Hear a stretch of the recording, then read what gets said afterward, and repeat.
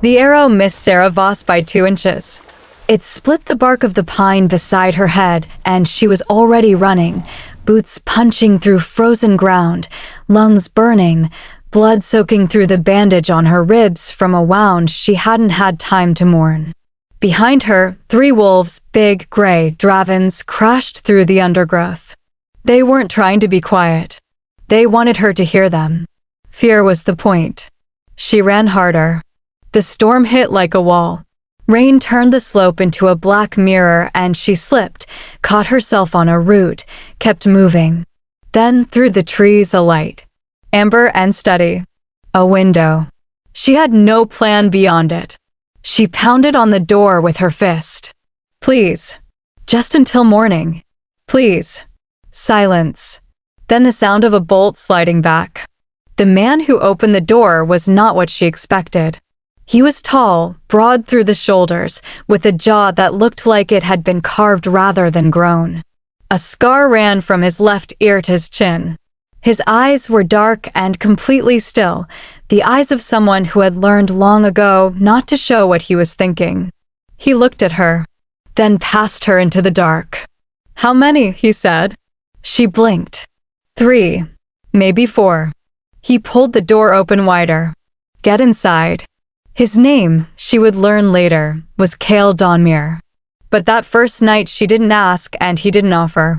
He sat her by the fire, cut away the ruined bandage with a knife that was frighteningly sharp, and worked on her wound with a steadiness that made her think he had done this before, for himself, probably more than anyone else. "This is deep," he said. "I know." What did it? A blade. Dravyn Ashlock's men. His hands paused for just a fraction of a second, then kept moving. "You know that name," she said. "Eat something first." He handed her a bowl of something hot without looking at her. "Then talk." She ate. She hadn't realized how hungry she was until the first swallow. The fire crackled. Outside, the storm threw itself against the walls like it had a grievance, and somewhere in the dark the wolves had gone quiet, which was almost worse than hearing them. "They want my bloodline," she said finally. "The Solari line. There's a power in it, dormant, mostly. They call it the Auris. Dravyn's been hunting every last one of us. I'm the only one left." Kael was quiet for a long moment. He was staring into the fire with an expression she couldn't read. "You're safe here tonight," he said. "That's all I'm asking for. Tonight." He looked at her then, really looked at her, and something passed across his face that she didn't have a name for yet. "We'll see," he said. She didn't leave in the morning. She told herself it was the ribs. It was partly the ribs. He didn't ask her to stay, and he didn't ask her to go. He simply moved around the lodge as if she had always been there, and somehow that was the thing that made her trust him more than any promise could have. On the second morning, she found him in the yard before dawn, moving through a series of forms with a long blade, slow, controlled, devastatingly precise. She watched from the doorway without speaking. "Your left side is unguarded when you run," he said, without turning. "That's how they cut you." She said nothing. "I can fix that," he said. They trained every day after that. He was not a gentle teacher, but he was a fair one, and when she got something right he said so, which she had learned was rarer than it should be. Their hands collided 100 times in practice, and somewhere in the middle of the second week, she realized she had stopped flinching when he reached for her. On the 8th night, she asked him the question she had been carrying since the first. "Why are you alone out here?" He poured tea and set a cup in front of her before he answered. "Because it was the only safe thing to do. For you. For everyone else." She waited.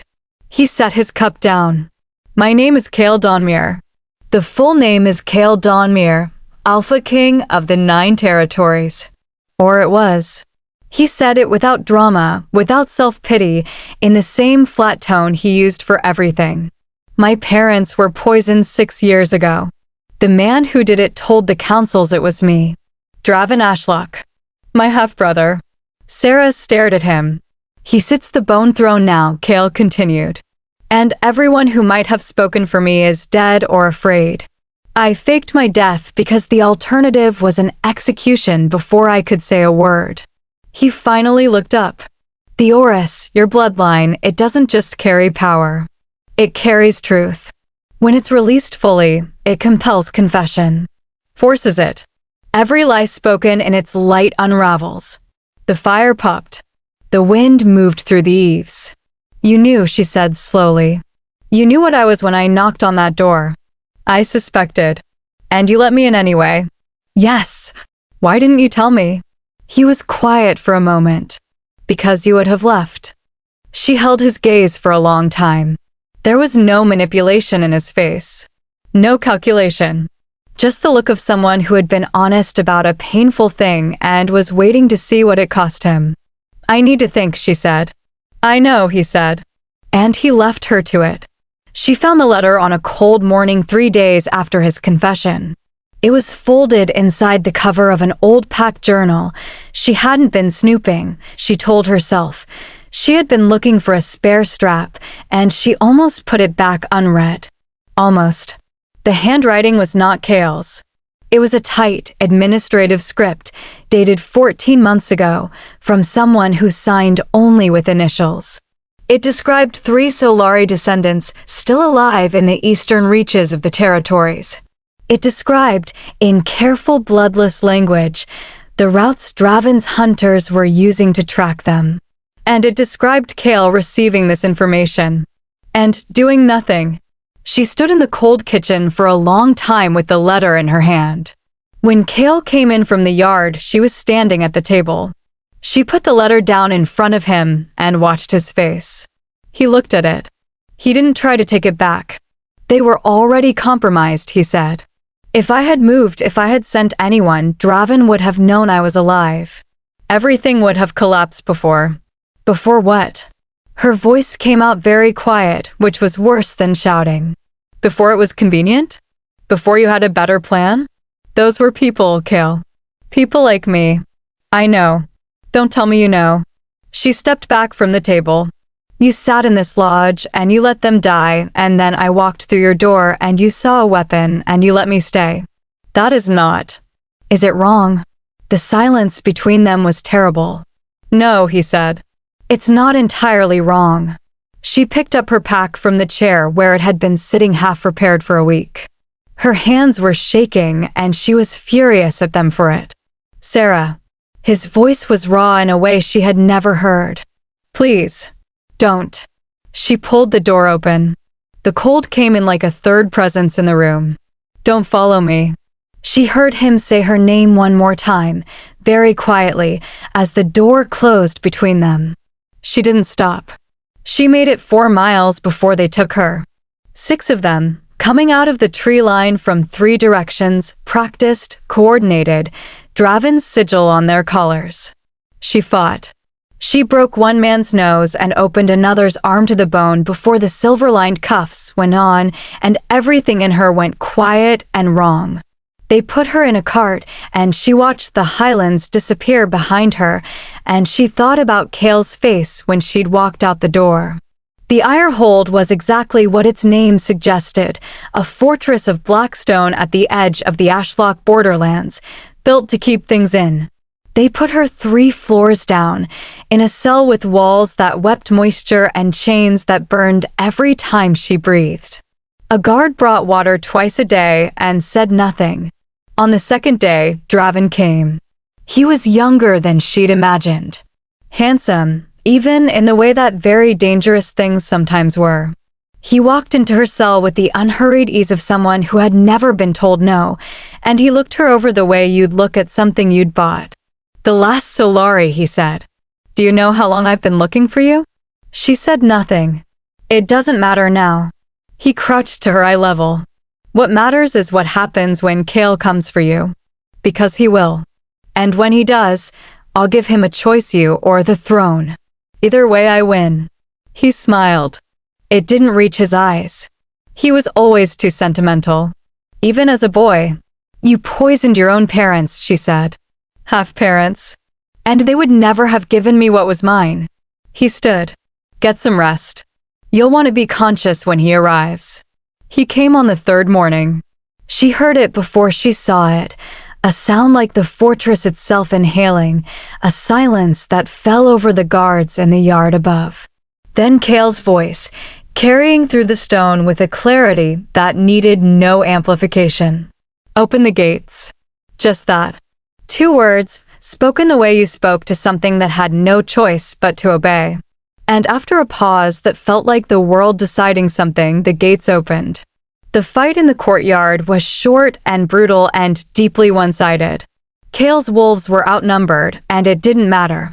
He moved through Dravyn's men like weather, and when Dravyn himself appeared on the courtyard steps with a long blade and 6 months of planning behind his eyes, Kael stopped and looked at him across the frozen stone. "It's over," Kael said. "Not yet." Dravyn looked past him to where Sera was being brought up from the cells, still chained, still burning. He raised his voice. "Tell them, brother. Tell them who you are. And I'll tell them what you did." "I know what I did," Kael said. His voice didn't waver. "I know every decision I made and everyone I didn't. I'll answer for all of it." He looked at Sera. Something in his face cracked open, just for a second. "But not to you." Dravyn moved. Faster than she expected, and the blade was not aimed at Kael. It was aimed at her. She felt it coming the way you feel lightning in the skin before the sound, and something in her chest split open like a door blown off its frame. The Auris came up without invitation, without control, without limit. White gold light poured out of her in a wave that hit every wall and every person in that courtyard and did not stop. The mercenaries dropped to their knees. Their mouths opened. The words came out of them like water from a broken dam, orders given, crimes committed, payments received, lies told in council chambers and kill orders signed in the dark. Every confession overlapping, unstoppable, the truth of 6 years of rot spoken aloud in 40 seconds. Dravyn was the last one standing. Then he wasn't. Kael caught Sera before she hit the ground. "I've got you," he said. "I know," she managed. He held her for a long moment in the middle of the ruined courtyard while the confessions echoed off the stone walls and his wolves moved quietly around them, securing what needed to be secured. She felt his heartbeat against her cheek. Steadier than anyone's had a right to be after all of that. "I'm sorry," he said into her hair. "For the letter. For all of it." "I know," she said again. She meant it differently this time. They stood before the pack councils at Thornreach the following dawn.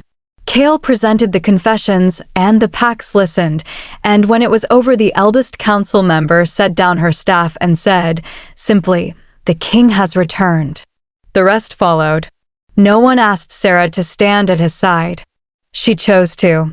The bonding ceremony was private, just the 2 of them on the ridge above the highlands, under a full moon that turned the snow blue. Kael spoke the old words quietly, and when he marked her, she felt the Auris and his alpha power meet somewhere in the middle of her chest and settle into each other like 2 things that had always been looking for the same space. Years passed the way good years do, faster than you want them to and fuller than you expect. On a morning in late autumn, they loaded a small cart with blankets and food and their son Rin, who was 4 years old and deeply suspicious of the whole expedition. And they drove up into the Greyvale Highlands until the trees thinned and the old lodge appeared through the last of the gold leaves. Rin jumped down before the cart stopped. "Is this it?" he demanded. "It's small." "It's exactly the right size," Sera said. He ran ahead to investigate. She and Kael stood for a moment looking at the lodge, the same window, the same door, the same amber light somehow already on inside though no one had been here in months. "I was terrified," she said. "That night, I don't know if I ever told you that. You hid it well. I wasn't hiding it. I just didn't have time to fall apart." She looked at him. "Thank you for opening the door." He took her hand. He didn't say anything. He didn't need to. Rin appeared in the doorway. "There's a fire," he announced. "Did you do that?" "The lodge takes care of itself," Kael told him seriously. Rin considered this. That's not possible. A lot of things that happened here weren't possible, Sera said. She looked up at her husband and felt the Auris hum low and warm in her chest, the way it always did when she was exactly where she was supposed to be. Come on, let's go inside. They weren't running anymore. They were home. If this story moved you, like the video, subscribe for more, and tell us in the comments, were you Team Sera or Team Kael from the start?